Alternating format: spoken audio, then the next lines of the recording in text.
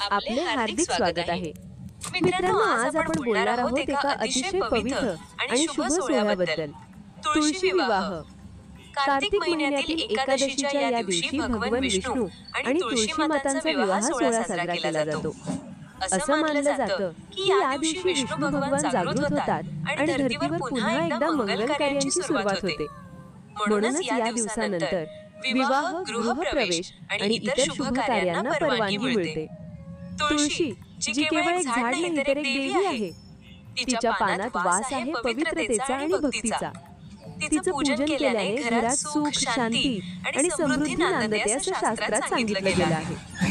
आज मी तुम्हाला सांगणार आहे तुळशी विवाह मागील अद्भुत कथा, जी केवळ श्रद्धेची नाही तर प्रेम, त्याग आणि भक्तीची आहे. ही कथा तुम्ही शेवटपर्यंत नक्की ऐका, कारण यात लपलेला आहे अनेक आध्यात्मिक रहस्य आणि जीवनाला दिशा देणारा संदेश. पण त्याआधी एक छोटीशी विनंती. मी हा व्हिडिओ खूप मेहनतीने बनवलाय. माझी मेहनत आवडली तर लाईक नक्की करा. कमेंटमध्ये जय तुळशी माता लिहायला विसरू नका. सोबतच चॅनलला सबस्क्राईब पण करून घ्या. चला तर मग मी कथा सांगायला सुरुवात करते. प्राचीन काळी पंढरपूर जवळील एका लहानशा खेड्यात राघवपंत आणि त्यांची पत्नी त्रिवेणीबाई नावाचे एक गरीब ब्राह्मण दाम्पत्य राहत होते. दोघेही अतिशय धर्मपरायण आणि श्रद्धाळू होते. दररोज पहाटे त्रिवेणीबाई अंगणातील तुळशीच्या रोपाला प्रेमाने पाणी घालायची आणि प्रार्थना करायची. तुळशीच्या पवित्र पानांना स्पर्श करून ते डोळ्यांवर धरत असे. देवावरील निष्ठेने त्यांच्या संसाराच्या काटकसर जगण्यातही ती समाधान मानत होती. तथापि त्यांचे एक दुःख होते. त्यांच्या पोटी काही अपत्य नव्हते. वर्षानुवर्ष अपत्य प्राप्तीची आस धरून या दाम्पत्याने अनेक व्रतवैकल्ये केली होती. त्रिवेणीबाईंनी देवाला नवस केला होता की हे पांडुरंगा, आमच्या संसारात एक छोटासा आनंदाचा दिवा येऊ दे. मूळ झालं तर मी तुझ्या चरणी तुळशीदल अर्पण करून उपवास करीन. राघवपंत यांनीही देवाच्या पायरीवर माथा टेकवत मन्नत मागितली होती. विठ्ठल भक्तांच्या भक्तीचा मान राखतो असे म्हणतात आणि अखेर या भक्त दाम्पत्याची प्रार्थना देवाने ऐकली. अनेक वर्षांच्या प्रतीक्षेनंतर त्रिवेणीबाईने एका गोड मुलीला जन्म दिला. आपल्या आयुष्यात इतक्या दिवसांनी आनंदाचा किरण आला आहे पाहून ती दोघं नाचू लागली. गावभर ही वार्ता पसरली. गरीब असले तरी राघवपंतांनी आपल्या मुलीचे नामकरण मोठ्या श्रद्धेने केले. तुळस ही कन्या त्यांना नवसाने मिळाली होती आणि त्यांच्या आवडीचा पवित्र तुळशीचे प्रतीक तिच्यामध्ये होते, म्हणून हे नाव ठेवण्यात आले. लहानग्या तुळशीच्या आगमनाने त्यांच्या घरची दुर्मिळ खुशाली फुलून आली. दिवस गेले तसे तुळस थोडी थोडी मोठी होत गेली. ती रूपाने सावळी व अगदी साधी दिसत होती, पण तिचे डोळे तेजस्वी आणि बुद्धी अतिशय सुजाण होती. तुळस लहान वयातच आईवडिलांच्या भक्ती प्रवृत्तीचे अनुकरण करू लागली. ती रोज पहाटे उठून आईसोबत अंगणात जात असे. त्रिवेणीबाई जसा तुळशीला पाणी घालून प्रदक्षिणा घालायची, तसंच तुळस हात जोडून तुळशीसमोर उभी राहायची. ज्या घरात तुळशीचे रोप हिरवे भरके असते तिथे देवकृपा बसते हे ती लहानगी ऐकत होती. आई तिला तुळशीचे महत्त्व सांगताना म्हणायची, बाळा, तुळशीला रोज पाणी घातलं की भगवान विष्णू प्रसन्न होतात, आपल्या पापांचे क्षालन होते आणि घरात सुख समाधान नांदतं. तुळस ही लक्ष्मी देवीचं रूप आहे, ती आपल्या आयुष्यात आनंद आणते. पिल्लू तुळस निरागसपणे आईला विचारायची, आई, मग आपल्याला इतकी वर्ष मूल का नाही झालं? तू तर रोज तुळशीला पाणी घालतेस ना? या प्रश्नावर क्षणभर त्रिवेणीबाई गप्प होत असे. मग ती मुलीच्या केसांवरून हात फिरवत हलकीच हसायची आणि म्हणायची, हे बघ, आता तुलाच तर देवाने आम्हाला पाठवली आहे ना. तुझ्यासारखी सुनीता मुलगी मिळावी म्हणूनच तर मी पांडुरंगाला प्रार्थना केली होती. तुळशीमुळेच तू आमच्या आयुष्यात आलीस. हे ऐकून तुळशीच्या चेहऱ्यावर गोड हसू फुलायचं. तुळस आता किशोरवयीन झाली तसे राघवपंतांच्या कपाळावरील आठ्या वाढू लागल्या. गरीब कुटुंब, किरकोळ शेती आणि भिक्षुकी करून गुजराण करणाऱ्या राघवपंतांना आपल्या लाडक्या लेकीच्या भवितव्याची काळजी सतावत होती. तुळस जरी गुणी आणि सुशील असली तरी तिचा सावळा रंग आणि दारिद्र्यामुळे तिला सुयोग्य वर मिळेल का, हाच विचार राघवपंतांना दिवस रात्र भेडसावू लागला. गावातील लोक आणि नातेवाईकही कुचेष्टा करत होते. मुलीचं लग्न कसं करणार ब्राह्मण? हुंडा देण्यासाठी काही साठवले का? अशा शब्दांनी त्यांच्या जखमेवर मीठ चोळत होते. त्या काळी मुलीच्या लग्नासाठी वडिलांना हुंडा द्यावा लागे आणि पैशाअभावी कित्येक गरीब आईवडील हतबल होत होते. राघवपंतांचे तर हातातली 2 वेळेचं अन्न मिळवणं सुद्धा कठीण होतं. एक रात्री झोपताना राघवपंतांच्या मनात विचारांचा काळा भुंगा सुरू झाला. तुळस लग्नाच्या वयाची झाली की समाजाकडून प्रश्न उभे राहतील. हुंडा नाही म्हणून मुलगी लग्नाला बसली राहिली अशी वदंता त्यांना आधीच कानावर येऊ लागली होती. आपल्याला जपता येणार नाही या मुलीचं भवितव्य. तिने आयुष्यभर अविवाहित राहावं का? हळूहळू या चिंतेचं रूप चिंधी कुठ्या निराशित झालं. राघोपंतांची देवावरची पूर्वीची श्रद्धा ही डळमळी होती. एक दिवस त्यांनी त्रिवेणीबाईंना उद्विग्न होऊन सांगितलं, आपण दररोज तुळशीला पाणी घालतो, देवाची भक्ती करतो, पण आपल्या पदरी एवढी गरिबी का? आपल्या प्रार्थना देव ऐकत नाही का? उद्या आपल्या तुळशीचं कसं होणार? माझ्या पुढे काही सुचेनासं झालंय. बोलता बोलता राघोपंतांचा आवाज चढला आणि ते म्हणाले, देवपूजा करून काही उपयोग नाही. उद्या आपल्या लेकराच्या गळ्यात कुंभाराच्या ओट्या इतका तरी दागिना घालायला आपल्याकडे नाही. तिच्याबद्दल विचार करून माझं डोकंच फिरतंय. त्रिवेणीबाईने पाणावलेल्या डोळ्यांनी पतीकडे पाहिले. अहो, असं म्हणू नका. देवावरचा विश्वास ढळू देऊ नका. आपण दोघांनी मिळून काहीतरी करू. लोकांची कामं करून पैसे साठवूया, पण मुलीचं भलं करूया. तुळशीला रोज पाणी घातल्यानेच तर ही आपल्याला मिळाली आहे. तिच्यावर अन्याय करू नका. ती हात जोडून विनवू लागली. राघोपंतांनी काहीच उत्तर दिलं नाही. ते उठून अंधाऱ्या अंगणात फेरत धरू लागले. मनात एक अत्यंत कठोर निर्णय आकार घेत होता. दुसऱ्या दिवशी पहाटेच्या दुसऱ्या प्रकाशात राघोपंत उठले. त्रिवेणीबाईने स्वयंपाकासाठी चूल पेटवली होती. तुळस अंगठ झाडून तुळशीला पाणी घालत होती. राघोपंतांनी एक टोपली हातात घेतली आणि काही दूरच्या कामाचा बहाणा करत त्यांनी मुलीला हाक मारली, तुळस, बाळचल माझ्याबरोबर शेतावर ये. तुळस बापाला कधी नकार देत नसे. ती आनंदाने तयार झाली. तिने पदराने केस बांधले, अंगावर जुनं शालूचं कपडं घातलं आणि बापाचा मागून निघाली. पहाटेचा वेळ होता. गाव शांत झोपलं होतं. पक्ष्यांचे किलबिलाटही अद्याप सुरू झाले नव्हते. राघोपंत पावलं भरभर टाकत गावाबाहेरच्या वाटेने जंगलाकडे चालू लागले. तुळसला काही कळेना बाबा एवढे घाईत का आहेत, पण ती निमूटपणे चालत राहिली. काही अंतर गेल्यावर त्या परिसरात दाट जंगल सुरू झाले. उंच सावळ्या वृक्षांच्या रांगा आणि जमिनीवर सुकलेल्या पानांची चादर पसरलेली. तिकडे सहसा कोणी जात नसे. तुळसच्या मनात थोडी भीती दाटली. तिने हळू आवाजात विचारले, बाबा, आपण जंगलात काय येतोय? शेत तर दुसऱ्या दिशेला आहे ना? राघोपंत एका मोठ्या झाडाजवळ थांबले. त्यांच्या हृदयाची धडधड वाढली होती. त्यांनी क्षणभर तिच्याकडे नजर रोखून पाहिलं. शेजारी झुडपांच्या आड एक प्राचीन विठोबाची बैठी मूर्ती ठेवलेली होती, एखाद्या जुन्या आश्रमाच्या अवशेषासारखी. त्या मूर्तीसमोर काही कोमेजलेली फुलं पडली होती, जणू कित्येक दिवस कोणी पूजा केली नव्हती. राघोपंतांच्या मनात एक क्षण देवाचं स्मरण येऊन गेलं, पण लगेच मन कठोर करून त्यांनी आपल्या मुलीकडे पाहिलं. राघोपंत यांनी जड अंतकरणाने तुळशीचा लहानसा हात आपल्या हातातून सोडून दिला. बाळ, तू इथेच थांब, मी पुढे जाऊन पाहून येतो, असे म्हणून ते पाठी वळले. तुळस संभ्रमित झाली. तिने घाबरून बाबांच्या हाताचा पुन्हा ओढा घेतला. बाबा, मला एकटीला सोडून कुठे चाललात? मला घाबरा वाटतंय. राघोपंतांनी तिच्याकडे न पाहता हात सोडून घेतला आणि कठोरपणे म्हणाले, इथे थांब सांगितलं ना, मी येतो लगेच. क्षणभर त्यांच्या आवाजात कंप होता, पण त्यांनी मन कठीण केले. मग ते तिला त्या वृक्षाजवळ सोडून मागे फिरले आणि भरभर चालत जंगलाच्या वाटेने जात सुटले. तुळस काही क्षण सुंदर राहिली. तिच्या लहानशा मनाला एक भीषण शंका चटका देऊन गेली. बाबा मला सोडून तर नाही जात आहेत ना?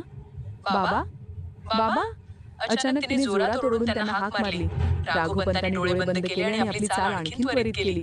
तुळस रडलेली होत त्यांच्या मागे 2 पावलं धावली, पण राघोपंतांचा देह अंधारात आणि झाडांच्या आडोशाला मिळून नाहीसा झाला होता. बाबा, नका जाऊ मला एकटीला सोडून. ती हंबरडा फोडून रडू लागली. घाबरलेल्या अवस्थेत ती परत त्या मोठ्या पिंपळ वृक्षाजवळ धाव घेतली, जिथे थोडंफार उघडं मोकळं स्थान होतं. आजूबाजूला विषण्ण शांतता पसरली होती. दूर कुठेतरी एखाद्या पक्षाचा आवाज ऐकू येत होता. निष्पाप तुळस डोळ्यात अश्रू घेऊन चारी बाजूंनी वाळवंटासारखी एकटेपणाने घेरली गेली होती. त्या क्षणी तिला त्या झाडाखालच्या लहानच्या काळ्या शिळेची आठवण झाली. आपल्या लहानग्या हाताने तिने अश्रूंनी धूसर झालेल्या नजरेने विठ्ठलाची मूर्ती शोधली. ती मूर्तीजवळ जाऊन तुळस गुडघ्यावर कोसळली. विठोबा माऊली, ती हाकारे भरलेल्या आवाजात म्हणाली, आता मला फक्त तुझीच साथ आहे. माझ्या बाबांनी मला टाकून दिलं. आई इथं नाही, मी कोणाकडे जाऊ? या निष्करुण जंगलात मला वाचव. लहानगी तुळस देवाच्या त्या निर्जीव मूर्तीला बिलगून हमसून हमसून रडत होती. अंधुक उजेडात तिचे अश्रू चमकत होते. एक वेळ अशी आली की रडता रडता तिचे डोळे आणि गळा कोरडा पडला. घशाला कोरड पडली. ती मूर्तीशीच कवटाळून थाकून निवांत बसून राहिली. इकडे सकाळ उजाडली तेव्हा त्रिवेणीबाईला आपली मुलगी आणि नवरा दिसेना तेव्हाच काळजी वाटू लागली होती. रोजच्या प्रमाणे ते परत येण्याची वेळ झाली तरी त्यांचा पत्ता नव्हता. उन्हे चढू लागली तशी ती अस्वस्थ झाली. अखेर राघोपंत एकटेच घरी परतल्याचे पाहून ती धावतच अंगणात आली. त्यांच्या हातात न टोपली होती न जवळ तुळस. मुलीला कुठे सोडलंस? तिने गाजात धडपण येऊन विचारले. राघोपंतांचे तोंड कोरडे पडले होते. ते काही बोलायला तयार नव्हते. तुळस कुठे आहे? त्रिवेणीबाई आता हमरी-तुमरीवर येऊन विचारत होती. शेताकडे गेलीये ती.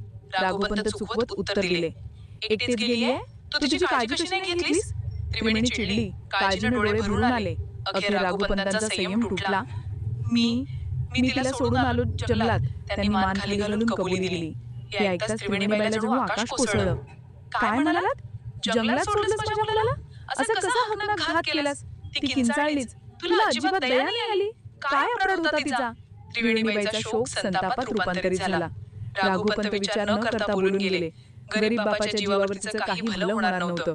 नाहीतर आयुष्यभर ती अविवाहित राहिली असती आणि तिच्या नशिबी फक्त दुःख आलं असतं. त्यापेक्षा तिनं नाहीच व्हावं. हे शब्द त्यांच्या तोंडातून बाहेर पडताच राघोपंतांना आपल्या क्रूर विचाराची जाणीव झाली. नाहीच व्हावं? स्वतःच्या पोटी जन्मलेल्या लेकीबद्दल हा विचार आला तुला? तू तुझ्या भक्तीवर आणि तुझ्या शहाणपणावर. त्रिवेणीबाई विलाप करू लागली. तिने रागाने घरातील तुळशी वृंदावनाजवळ धाव घेतली. तुळशीच्या रोपाला मिठी मारून ती आक्रोश करीत झाली. हे तुळशी माता, माझ्या लेकीची रक्षा कर. तिच्या बापाने तिला वनवासी केलं, पण तू तिला सोडू नकोस. ती गदगदून प्रार्थना करत होती. तूच आता माय बनून माझ्या तुळशीची सांभाळ कर. पानांना हल्लीच पाणी घातल्याने त्या ओलसर होत्या. तुळशीच्या पानांवर त्रिवेणीचे अश्रू टिपटिप पडत होते. जणू काही त्या तुळशीच्या पानांनीच तिचा स्पर्श करून तिला धीर दिला. आईच्या हृदयाने ती त्या दिशेने धावत होती जिथे राघोपंत तुळसला घेऊन गेले होते. दरम्यान एक चमत्कारिक घटनेला प्रारंभ झाला. सकाळचे सोनेरी किरण त्या दाट वनराईत उतरत होते. तेव्हा तुळस जवळ एक प्रसन्न तेजस्वी प्रकाश पसरला. तुळस अद्याप पिंपळाच्या खोडाला टेकून बसली होती. अचानक तिला पावलांचा हलका आवाज आला. भयभीत तिने डोळे वर करून पाहिलं. तिच्या समोर एक सुमारे 35-40 वर्षांचा तेजस्वी मनुष्य उभा होता. अंगावर पिवळ्या रंगाचा सुरेख पेहराव, कमरेला कवरीच्या शंखांचे पट्टे, गळ्यात रुद्राक्षांची माळ आणि तोंडावर मोहक स्मित. त्याचा वर्ण सावळा होता, पण डोळ्यात असीम करुणा आणि शांत तेज झळकत होतं. त्या अनोळखी पुरुषाच्या डोक्यावर मोरपिसांचा मुकुटही होता. हे विलक्षण दृश्य पाहून तुळस थक्क झाली. घाबरलेली ती आपसुकच त्या व्यक्तीसमोर उभी राहिली. मूर्तीकडे इतक्या भक्तीने रडत प्रार्थना करणारी तूच का तुळस? त्या सुंदर पुरुषाने कोमल आवाजात विचारले.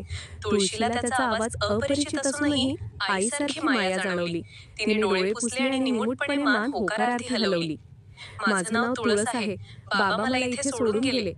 एवढंच ती ओक्साबोक्शी रडत म्हणू शकली.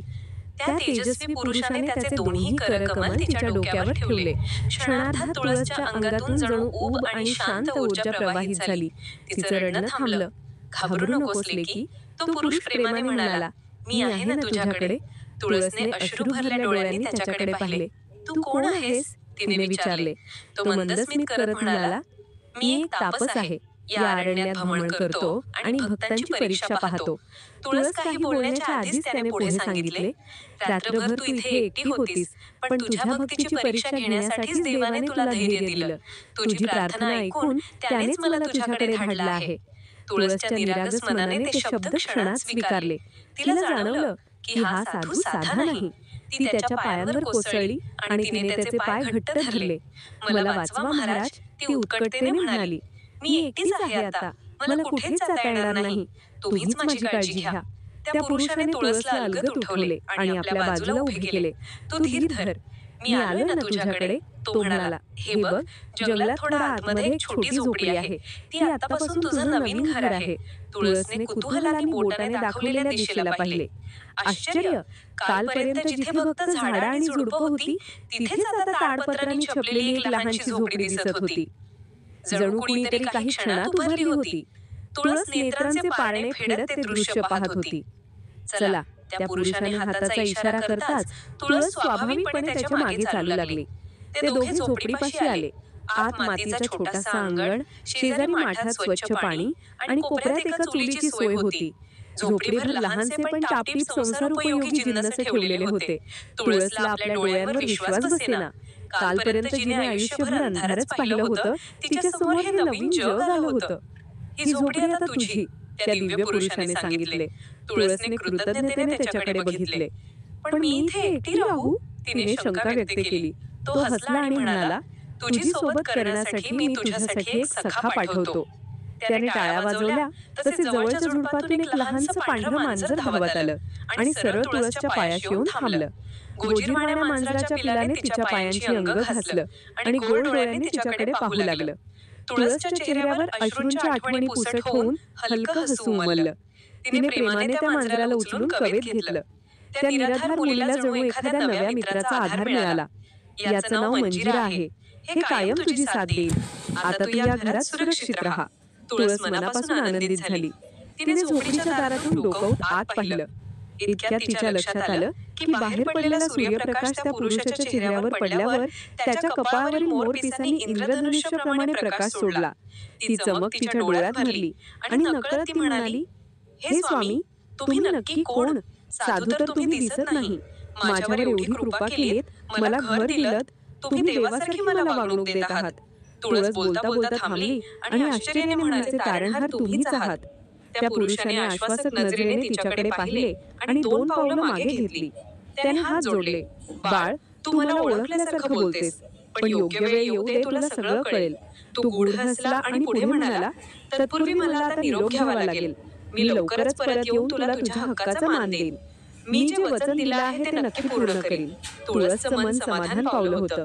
तिनेही हात जोडून त्या दातृत्ववान अतिथ्याचे आभार मानले. त्या दिवसापासून तुळस त्या निर्जन अरण्यातील लहानशा झोपडीत सुखाने राहू लागली. दिवसेंदिवस जात होते. तिची वनातली भीती आता नाहीशी झाली होती. सकाळ झाताच पक्ष्यांचा चिवचिवाट तिची सोबत करायला येई. ती मंजिराशी बोलत बसे. झोपडीभोवती पडलेली पानं वेचून स्वच्छता करी. तिला अधूनमधून आईबाबांची आठवण येई, तेव्हा ती त्या तुळशीच्या रोपाला पाणी घालताना मनोमन प्रार्थना करीत असे. जरी बाबांनी तिचा त्याग केला होता, तरी तुळशीच्या कोमल हृदयात त्यांच्याबद्दल राग नव्हता. उलट त्यांच्या सुखासाठी आणि पुन्हा एकदा मातापित्यांचा चेहरा पाहता यावा या आशेने ती देवाकडे साकडे घालत असे.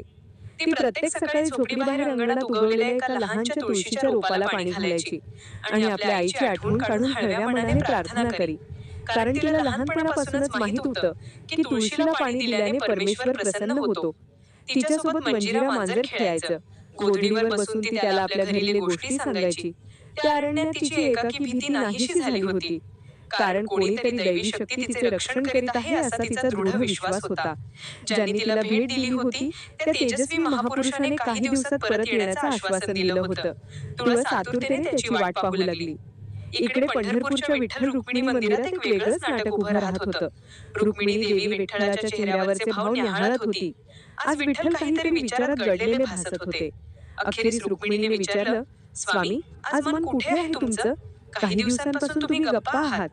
विठ्ठलाने आपुनहून काही सांगितलं नाही, तरी सर्व जाणणाऱ्या रुक्मिणीच्या हृदयात शंका डोकावू लागली. चातुर्मासाचे देवाचे 4 महिने संपत आले होते आणि देवउठणीची एकादशी देखील समीप आली होती. अशात विठ्ठल अचानक मंदिराबाहेर कुठेतरी जाऊन आल्यास अशी कुजबुज पुजाऱ्यांकडून रुक्मिणीच्या कानावर येत होती. रुक्मिणीला कल्पना होती की विठ्ठल सामान्य देव नाहीत, ते स्वयं साक्षात श्रीहरी विष्णू आहेत आणि आपल्या भक्तांच्या रक्षणासाठी ते काहीही करू शकतात. नक्कीच एखाद्या भक्तासाठी ते गेले असावेत असा तर्क तिच्या मनाने लावला. संध्याकाळी सूर्य मावळतीला झुकला तेव्हा विठ्ठल मंदिरी परत आले. रुक्मिणी त्यांच्या स्वागतास पुढे आली. ती प्रयत्नपूर्वक हसत विचारू लागली, काय हो, आज अचानक कुठे गेलात? काही महत्वाचं कार्य होतं का? विठ्ठल थोडे संकोचल्यासारखे वाटले, तरी त्यांनी धीम्या स्वरात उत्तर दिलं, हो, एक अत्यंत भक्त आत्मा संकटात सापडला होता. त्याला तारायला मला जावं लागलं. रुक्मिणीने अधिक खोदून विचारले नाही, पण तिच्या मनात उत्कंठा वाढली. जेवल्याच्या वेळीही विठ्ठल काहीसे गप्पच होते. शेवटी रुक्मिणीने विषय काढला, काहीतरी विशेष घडलाय, मला नाही सांगणार तुम्ही? तिने आपला मृदू हात विठ्ठलाच्या हातावर ठेवत विचारले. विठ्ठल थोडा वेळ तिच्याकडे पाहत राहिले. अखेर त्यांनी गंभीर होत सांगितलं, हो रुक्मिणी, आज मी एक महत्वाची प्रतिज्ञा केली आहे. रुक्मिणीची भुवया उंचावल्या. प्रतिज्ञा? कशाबद्दल? ती सावधपणे विचारत होती. मन धडधडू लागलं होतं. आज मी एका निराधार भक्तेला माझ्या वरचं स्थान देण्याचं वचन दिलं आहे. विठ्ठल शांतपणे म्हणाले. हा उच्चार ऐकताच रुक्मिणीच्या चेहऱ्यावरचे भाव पालटले. वरचं स्थान म्हणजे? ती थोड्या कापऱ्या आवाजातच प्रश्न करू लागली. विठ्ठलांनी एक सखेद सुस्कारा सोडला. एक निष्पाप बालिका जिच्यावर अन्याय झाला, तिला मी वचन दिलंय की मी तिला वामांगी स्थान देईन, तिच्याशी विवाह करीन. क्षणात जणू एक वीज रुक्मिणीच्या संतप्त हृदयात कोसळली. विवाह? तुम्ही दुसऱ्या स्त्रीशी विवाह करणार? श्री विष्णूंनी एकपत्नी धोरण कधीपासून बदललं? तिच्या डोळ्यात अश्रू दाटले. स्वामी, आम्ही काय पाप केलं होतं म्हणून तुम्ही माझ्या सगळ्या समर्पणाची अशी थट्टा करत आहात? तिच्या कंठातून हुंदका बाहेर पडला. रुक्मिणी, मला समजून घ्या, विठ्ठल नरम सुरात म्हणाले. ही एक पवित्र गोष्ट आहे. त्या मुलीबद्दल माझ्या अंतःकरणात वात्सल्य आहे, वासना नाही. तिला वाचवणं हे माझं कर्तव्य आहे. ती तुझ्या आईसारख्या वयाची आहे ती. रुक्मिणीने नाक मुरडले. कर्तव्य? एका मुलीशी लग्न करणं हे कर्तव्य? तुम्ही भगवान असलात तरी मला मान्य नाही. माझ्या जिवंतपणी दुसरं लग्न कराल तर ते मी पाहू शकत नाही, सहन करू शकत नाही. ती हात आपल्या कपाळावर धरून रडू लागली. मीच काय कुठलीही पतिव्रता स्त्री याची परवानगी देणार नाही. रुक्मिणी देवीचा चेहरा आता संतापाने लालबुंद झाला होता. आणि तुम्ही जर ठरवलंच आहे दुसरं लग्न करायचं तर मग मी इथे राहणार नाही, ती आवेशाने म्हणाली. पंढरी सुद्धा सोडून देईन मी. श्री देवाधिदेवांचे हे कलह ऐकून मंदिरातील वातावरणही व्याकुळ झाल्यासारखं भासलं. मूर्तीमागच्या दीपमालेच्या ज्योतीही थरथरल्या. विठ्ठलांना रुक्मिणीच्या डोळ्यातले अश्रू बघवत नव्हते. तरीही त्यांना तुळशीला दिलेलं वचन पाळायचं होतं. ते काही काळ गप्पच उभे राहिले. शेवटी त्यांनी दबक्या आवाजात म्हटलं, ठीक आहे रुक्मिणी, तू सध्या शांत हो. मी काही काळाकरिता बाहेर जाऊन येतो. तुलाही आत्मचिंतन करायला वेळ मिळेल. इतकं बोलून विठ्ठल ताडकन वळले आणि मंदिराच्या बाहेर निघून गेले. रुक्मिणी क्रोधाने थरथरत आपल्या महालात गेली. तिच्या मनी आता एकच ठिणगी प्रज्वलित झाली होती की विठ्ठलाने दिलेलं दुसऱ्या लग्नाचं वचन खोटं ठरवायचंच, त्या वनवासी मुलीपर्यंत पोचायचं आणि तिला पतीपासून दूर ठेवायचं. क्षणाभराचीही उसंत न घेता रुक्मिणीने आपलं अलौकिक सामर्थ्य एकवटलं आणि ती ध्यानस्थ झाली. देवीचे मनोमन स्मरण करताच ती दैवी शक्तीने काही पळांतच त्या अरण्याकडे प्रस्थान करू लागली, जिथे तुळस होती. इथे तुळस आपला वेळ भगवंताच्या प्रतीक्षेत व्यतीत करत होती. संध्याकाळ होत आली तशी ती मंजिरा मांजरीला कुशीत घेऊन झोपडी बाहेर अंगणात बसली होती. स्वतःवरच्या कृपेचा विचार करत तिने विठ्ठलाचे स्मरण केले. कधी येणार माझे देव, ती स्वतःशीच पुटपुटली. इतक्या झाडांना हलका हलका वारा सुटला. पानांच्या सळसळीने तिचे लक्ष समोर गेले. एक उंच सावलीसारखी आकृती जंगलवाटेने येताना तिला दिसली. ती स्त्री होती. डोक्यावर सुंदर पद्मरागांचा मुकुट आणि अंगावर रेशमी साडी आणि मुखावर अद्वितीय सौंदर्याचा प्रकाश. मात्र तिच्या कपाळावर अठा आणि डोळ्यात संताप होता. तुळस घाबरून एक पाऊल मागे सरकली. त्या स्त्रीने काही क्षणात झोपडीजवळ येऊन तुळसला कठोर नजरेने न्याहाळले. काय नाव आहे तुझं? हिच्यामुळे माझ्या पतीने दुसऱ्या विवाहाचं ठरवलं, बरोबर आहे? रुक्मिणी देवीच्या मनात तिरस्कार दाटला. काय नाव आहे तुझं? तिने थेट प्रश्न केला. तिचा आवाज अधिकारयुक्त होता. तुळस. निरभ्र स्वरात तुळस म्हणाली, माझं नाव तुळस आहे. तुला माहिती आहे का तू कोणाशी बोलतेस आहेत? रुक्मिणीने विचारलं. तुळस गोंधळली. त्या स्त्रीचे तेजस्वी रूप तिला साधारण भासत नव्हते. ती काही उत्तर देण्याच्या आधीच रुक्मिणी थेट मुद्द्यालाच हात घालून म्हणाली, तू श्री विठ्ठलांना भेटली आहेस आणि त्यांनी तुला लग्नाचं वचन दिले, बरोबर आहे का? तुळशीच्या काळजात धस्स झालं. देवाने सांगितलेल्या गुपिताचा उल्लेख त्या तेजस्विनीने असा उघडपणे केला. तिला उमगलं की ही कोणी सामान्य स्त्री नाही. ती घाबरी घुबरी होत पुटपुटली, आपण कोण आहात देवी? रुक्मिणी कटाक्ष टाकत उत्तरली, मी पंढरपूरची रुक्मिणी देवी, श्री विठ्ठलांची पत्नी. तुळशीच्या पायाखालची जमीनच सरकली. रुक्मिणी देवी, लक्ष्मी माता, तिच्या ओठातून नकळत निघून गेलं. समोर उभ्या असलेल्या त्या विभ्रम रूपवतीने स्वतःची ओळख पटवताच तुळशीला साऱ्या गोष्टीचा अर्थ कळला. विठ्ठल म्हणजे स्वतः भगवान विष्णू आणि या रुक्मिणी म्हणजे लक्ष्मी देवी. आपण त्या भगवानाला लग्नासाठी वचन द्यायला लावलं. तुळशीला स्वतःचीच लाज वाटू लागली. देवी, मला काही माहित नव्हतं, ती अस्फुट शब्दात बोलू लागली. रुक्मिणीने हाताचा इशारा करत तिला थांबवलं. एकच गोष्ट समजून घे, ती तडक आवाजात म्हणाली, मी जिवंत असताना माझा पती दुसरं लग्न करणार नाही. तू कोणत्याही आशा बाळगू नकोस. माझ्या पतीने तुला काही म्हटलं असेल, पण तो शब्द मी पूर्ण होऊ देणार नाही. तुळशीच्या डोळ्यातून पुन्हा अश्रू वाहू लागले. मी काहीच मागितलं नव्हतं ग देवी, ती गळ्यात हात घालून विनवू लागली. मी सोडलेली मुलगी आहे. देवाने माझ्यावर दया केली म्हणून ते मला आधार देत होते. मला त्यांच्या पत्नीचं स्थान नकोय. मला फक्त आईबापांचं प्रेम हवं होतं, जी गोष्ट मला मिळाली नाही. तिचे शब्द हुंक्यात विरघळले. रुक्मिणीची नजर मात्र मृदू झाली नाही. तुला हे मान्य नसेल तर तुला माझा कोप भोगावा लागेल. ती निर्विकारपणे उद्गारली, मी श्री महालक्ष्मी. मी जर शाप दिला तर सर्वस्व भस्मसात होईल. माझ्या पतीपासून दूर राहण्याचं शहाणपण बाळग. तुळशीचं डोकं भिरभिरू लागलं. ती तिच्या पायांवर कोसळली. मनात विचार आला की आपण जिवंत राहूनच काय करावं? ज्या देवाने आपल्याला तारलं त्यांच्यामुळेच त्यांच्या पत्नीला यातना होत आहेत. आपणच कारण ठरलं या कलहाचं. हे असह्य होतं तुळशीला. तिच्या डोळ्यातलं पाणी आटून गेलं. तिने दोन्ही हात जोडले. हृदयात तातर तरी झालं तरी चेहरा शांत झाला. तिने दीनवाण्या नजरेने रुक्मिणीकडे पाहिलं आणि क्षीण हसत म्हणाली, देवी, तुमची आज्ञा शिरसावंद्य आहे. पतीचं प्रेम जपण्यासाठी जर माझं बलिदान लागत असेल तर त्यासाठी मी तयार आहे. एवढं बोलून तुळशीने आपले दोन्ही हात उंच आकाशाकडे केले आणि ती उच्चारवाने उद्गारली, धरणी माते, दुभंग हो आणि मला पोटात घे. तिच्या तोंडून स्फटिकासारखे स्पष्ट शब्द उमटले. रुक्मिणीची भुवया उंचावल्या. तुळशीचे शब्द संपताच धरती अचानक कंप पावू लागली. ज्या स्थानावर तुळस उभी होती तिथली जमीन दुथडी भरून दुभंगली आणि एक मोठी काळी भेग तयार झाली. रुक्मिणी काही समजेपर्यंत तुळशीचा देह त्या भेगेत झपाट्याने उतरण्यास लागला. त्या घटकेला रुक्मिणीला आपली चूक उमगली. ती हात पुढे करून, थांब, हे तू काय करतेस असे म्हणेपर्यंत तुळस कमरेइतकी भेगेत गुडूप झाली होती. त्याच क्षणी दूरवरून एक आर्त आवाज घुमला, तुळशी, तुळशी नको जाऊ. दिसता क्षणी विठ्ठल धावत परत झोपडीपाशी आले होते. पण तोपर्यंत काळाने घाला घातला होता. विठ्ठलांनी पुढे झेपावत भेगे जात असलेला तुळशीचा हात पकडायचा प्रयत्न केला, पण त्यांचे हात रिकामेच राहिले. भूमातेने आपल्या उदरात तुळशीला सामावून घेतलं. जमिनीचा कपाळमोक्ष होऊन धुराळा उडाला. क्षणभर विठ्ठलही त्या भेगेत उडी मारतील की काय असं वाटलं, पण जमिनीने पुन्हा पूर्ववत आकार घेतला आणि ती भेग बंद झाली. आता तिथे तुळशीच्या देहाचं काहीही चिन्ह शिल्लक राहिलं नव्हतं. विठ्ठल व्याकुळ होऊन जमिनीवर कोसळले. रुक्मिणी देखील सुन्न होत पुतळ्यासारखी उभी राहिली. तुळशीने स्वतःला संपवलं होतं. हे दृश्य तिच्या डोळ्यांसमोर अखंड फिरत होतं. रुक्मिणीच्या डोळ्यातून अश्रू वाहू लागले. मी काय केलं? ती हळहळली. विठ्ठलांनी मान वर करून एक करुण नजर रुक्मिणीकडे टाकली. त्यांच्या नजरेत असीम दुःख आणि किंचित दोषही होता. तो कटाक्ष पाहून रुक्मिणी लज्जेने गढून गेली. तीही रडू लागली. स्वामी, माझ्या मत्सरामुळे हे पाप घडलं. मी तिला वाचवण्याचाही प्रयत्न केला नाही. विठ्ठलांचे डोळेही आता भरून आले. त्यांच्या गळ्यात अडकलेले शब्द बाहेर फुटले. रुक्मिणी, आपण दोघांनी मिळून एका निष्पाप जीवाचा अंत पाहिला. त्यांनी मूकपणे काही क्षण जमिनीकडे पाहत राहिले. इतक्यात एक अद्भुत चमत्कार घडू लागला. ज्या ठिकाणी तुळस भेसूर भेगेत लुप्त झाली होती त्या ठिकाणची माती हलू लागली. विठ्ठल आणि रुक्मिणीने डोळे पुसून पाहिलं तर तिथे माती फोडून एक कोवळं रोपटं वर येत होतं. काही क्षणात ते रोपटं पूर्णपणे वर आलं आणि त्याला लहान हिरव्या पानांची गर्दी फुटली. पाहता पाहता ते एक सुबक तुळशीचं झाड झालं. पवित्र सुगंध दरवळला सर्वत्र.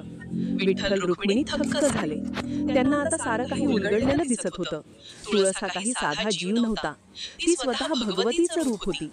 रुक्मिणीने अश्रू ढाळत त्या तुळशीच्या रोपाचं दर्शन घेतलं. मनात अपराधाची जाणीव तिच्यात उफाळून आली. दयामयी तुळशी देवी, मी तुमच्याशी क्रूरपणे वागले, मला क्षमा करा. विठ्ठलांनीही त्या नवप्रकार तुळशीला हात जोडून वंदन केलं. इतक्यात मागून काही हालचाल जाणवली. राघवपंत आणि त्रिवेणीबाई धापा टाकीत तिथे येऊन पोहोचले होते. रात्रभर त्यांच्या अंगात बळ उरलं नव्हतं, तरी मुलीच्या ओढीने ते पायपीट करून अखेर या ठिकाणी येऊन पोहोचले. समोर विठ्ठल रुक्मिणींचं रूप पाहून आधी त्यांना धक्का बसला, पण क्षणभरातच त्यांनी त्या देवदेवींना नमस्कार घातला. पांडुरंग, रखुमाई, देवा, तू इथे स्वयंपत्री आला आहेस. त्रिवेणीबाईंनाही काही कळेना. तिने इकडे तिकडे पाहिलं. समोरच तिला तिची तुळस कुठे दिसते ही ते शोधू लागली. तिची छाती धपापत होती. विठ्ठलांनी प्रेमळ नजरेने त्या दाम्पत्याकडे पाहिलं. राघवपंत, त्रिवेणी, शोधताय ना तुम्ही तुमच्या कन्येला? पहा, ती समोर उभी आहे. त्यांनी तुळशीच्या रोपाकडे बोट दाखवलं. राघवपंत त्रिवेणी काही क्षण काहीच बोलू शकले नाहीत. समोरच त्यांच्या मुलीच्या जागी एक वेलवान तुळशीचं झाड उभं होतं, ज्याभोवती देव आणि देवी उभे होते. परिस्थिती अलौकिक वाटत होती, मात्र आईचं हृदय तत्वज्ञान मानत नाही. त्रिवेणीबाई धाव घेत त्या रोपाजवळ गेली आणि त्याला बिलगून फुटणाऱ्या आवाजात रडू लागली. माझ्या तुळस बाळा, तू इथे आहेस ना? मला क्षमा कर. तिचे अश्रू पानांवर मोत्यांसारखे जळण्यास लागले. त्या रोपट्याच्या पानांनी मंद गंध बाहेर सोडला, जणू काही ते त्यांच्या प्रेमाचा स्वीकार करत होते. राघवपंत भर चौकात भान हरपून उभे राहिले. त्यांच्या पायात जराशीही शक्ती उरली नव्हती. अखेर विठ्ठलांचा दिलासा त्यांच्या कानावर पडला. बाबा, पुढे या. राघवपंत रडलेले होऊन पुढे सरकले. देवा, मी पापी, माझ्यापेक्षा पापी पिता दुसरा नसेल. मीच लेकीला टाकून दिलं. तिच्या शापाने माझा सर्वनाश व्हायला हवा होता, पण तरी तू माझ्या समोर प्रकट झाला आहेस. मला शिक्षा कर. तो देवाच्या चरणावर कोसळला. विठ्ठलांनी त्याला अलगद उचललं. उठा राघवपंत, ते म्हणाले. तुझा अपराध जरी गंभीर असला तरी तुझ्या लेकीचं मन मोठं होतं. तिनं तुला क्षमा केलीये. राघोपंताने आश्चर्याने वर पाहिलं. तुळस जिवंत आहे देव? विठ्ठलांनी हसून त्या हिरव्या रोपाकडे पाहिलं. हो, ती या रूपात आपल्यापाशी आहे. भगवान नारायणांच्या कृपेने तिला हे अमर स्वरूप प्राप्त झालं आहे. आता हिची सेवा करणं हेच तुमचं कर्तव्य आहे. रुक्मिणी देवी पुढे आली. तिने दोघांकडे पाहत शांत कंठाने सांगितलं, ही तुळस नव्हे, साक्षात महालक्ष्मीचा अवतार आहे. ज्यांचं रूप मी ओळखू शकले नाही त्या अज्ञानापोटी मी स्वतःही अपराधी आहे. तुम्ही तिचे पालक आहात, म्हणून तुमच्यावर तुळशीची सेवा करण्याचं भाग्य आलं आहे. तुम्ही तिचे पालक आहात, म्हणून तुमच्यावर तुळशीची सेवा करण्याचं भाग्य आलं आहे. त्रिवेणीबाईंना डोळे पुसले आणि नतमस्तक होत म्हणाली, माते, आम्ही आमच्या लेकीला ओळखू शकलो नाही, तिचं रक्षण करू शकलो नाही, पण आता या पवित्र तुळशीची आम्ही प्राणापलीकडे सेवा करू. विठ्ठलांनी आशीर्वादाचा हस्त केला. माझ्या आज्ञेने तुम्ही दोघं इथेच राहा. या पवित्र स्थानी एक वृंदावन उभारा. तुळशीचं पूजन करा. तुमची मुलगी आता सर्व जगाची कल्याणकर्त्री झाली आहे. त्रिवेणी राघोपंतांनी माना डोलवल्या. विठ्ठल पुढे म्हणाले, आज कार्तिकी एकादशीच्या दुसऱ्या दिवशी आपण एक मंगल कार्य करूया. मी माझं वचन पाळणार आहे. या तुळशीचे आणि माझ्या प्रतीक स्वरूप शालिग्रामाचे आपण विधिपूर्वक लग्न लावू. देवाच्या या आदेशाने सर्वांच्या हृदयात आनंद दाटला. रुक्मिणी देवीनेही त्यासाठी संमती दिली. राघोपंताच्या घरचे तांदूळ, फुले आणून गावकऱ्यांची जमवाजमव करून त्या संध्याकाळी त्या अरण्यात एक दिव्य सोहळा सजला. सर्वत्र दिवे लागले, फुलांची आरास बांधली गेली. राघोपंतांनी नवीन तांब्या पितळेचे बंब आणले. त्रिवेणीने आपलं एकुलते एक मंगळसूत्र त्या तुळशीच्या वेलाला अर्पण केलं. रुक्मिणी देवीने स्वतः आपल्या हाताने तुळशीची वेणी तयार करून तिला फुलांनी सजवलं. तुळशीच्या रोपाच्या भोवती सुंदर रंगीबेरंगी रांगोळी रेखाटली गेली. शालिग्रामाला भगवान विष्णूचा प्रतिकात्मक पवित्र दगड, नवीन वस्त्र आणि पुष्पहार घालून सजवण्यात आलं. विठ्ठल स्वतः जणू वर बनले आणि तुळस वधूप्रमाणे वंदनीय बनली. मांगल्यदायक मंत्रांचा जप सुरू झाला. शुभ मंगल सावधान असा उच्चार करत राघोपंत आणि त्रिवेणीबाईंनी मंत्रोच्चारात तुळस विष्णूचा विवाह लावून दिला. सर्व देवदेवतांनी आकाशातून पुष्पवृष्टी केल्याचा भास झाला. त्या दिव्य विवाह सोहळ्यात विठ्ठल आणि रुक्मिणी दोघांनीही मिळून सप्तपदी पूर्ण केली. रुक्मिणीने तुळशीला औक्षण करून तिला सुवासिनीचा सन्मान दिला. त्या आनंद क्षणी त्रिवेणीबाई आणि राघोपंताच्या डोळ्यात अभिमानाचे आणि आनंदाश्रू एकवटले. ज्या लेकीला त्यांनी हतबल होऊन सोडलं होतं ती आता संपूर्ण विश्वाची कल्याणकर्त्री देवी बनली होती. विठ्ठलांनी सर्वांना उद्देशून उद्गारले, आजपासून तुळशीला माझ्या पत्नीचा मान दिला जाईल. ही तुळस भगवतीचा अवतार असल्याने तिची पूजा करणाऱ्या भक्तांवर माझी विशेष कृपा असेल. जे प्रत्येक सकाळ श्रद्धेने तुळशीला पाणी अर्पण करतील त्यांचे सर्व दुःख दारिद्र्य नाहीसे होतील. त्यांच्या घरात लक्ष्मीचा वास राहील आणि शेवटी त्यांना मोक्षप्राप्ती होईल. तुळशीपत्र अर्पण केल्याशिवाय माझी पूजा पूर्णत्वास पोहोचणार नाही. भक्तांनी विठ्ठल विठ्ठल असा जयघोष केला. राघोपंत आणि त्रिवेणीबाई तुळशीच्या कुंडाजवळ डोळे मिटून हे आश्वासन ऐकत होते. त्यांच्या मनावरील पापाचे ओझे हळूहळू वितळून गेले. या प्रसंगानंतर राघोपंत त्रिवेणीबाईंनी उर्वरित आयुष्य त्या जंगलातील तुळशीच्या देवळात घालवलं. त्यांनी तुळशीच्या रोपाची प्रेमाने सेवा केली. त्या स्थळाचे नाव तुळशीवन असे पडले. दूरदूरचे लोक तिथे येऊन तुळशी मातेचे दर्शन घेऊ लागले. त्रिवेणीबाई रोज पहाटे उठून त्या तुळशीला पाणी घालू लागली. तिला निरांजन दाखवी, अंगणात पूजा करी. राघोपंतही भक्तिभावाने शालिग्राम आणि तुळशीची आराधना करत. जिथे पूर्वी त्यांच्या घरात दुःख आणि दारिद्र्य होतं तिथून आता समाधान आणि शांततेचा स्रोत व्हायला लागला. देवाच्या कृपेने त्यांना जीवनाची सुख समृद्धी प्राप्त झाली. म्हणतात ना, जे जे वाटेल ते दुःख असो की सुख सर्व देवाजवळ अर्पण करून टाकावं. भगवंत त्याचं सोनं करतो. या तुळशीच्या विवाहाच्या घटनेनंतर सर्वत्र ही अलौकिक गोष्ट पसरली. देवउठणी एकादशीच्या दुसऱ्या दिवशी तुळशीचे लग्न लावण्याची पद्धत रूढ झाली. आजही प्रत्येक भक्त घराच्या अंगणात तुळशीचे रोप लावतो आणि रोज त्याला पाणी घालतो, जेणेकरून तुळशी मातेची कृपा त्यांच्या परिवारावर अखंड राहो. हिंदू संस्कृतीत तुळशीला माता मानले जाते, कारण तिने भगवंताचे चरण स्वतःच्या भक्तीने प्राप्त केले.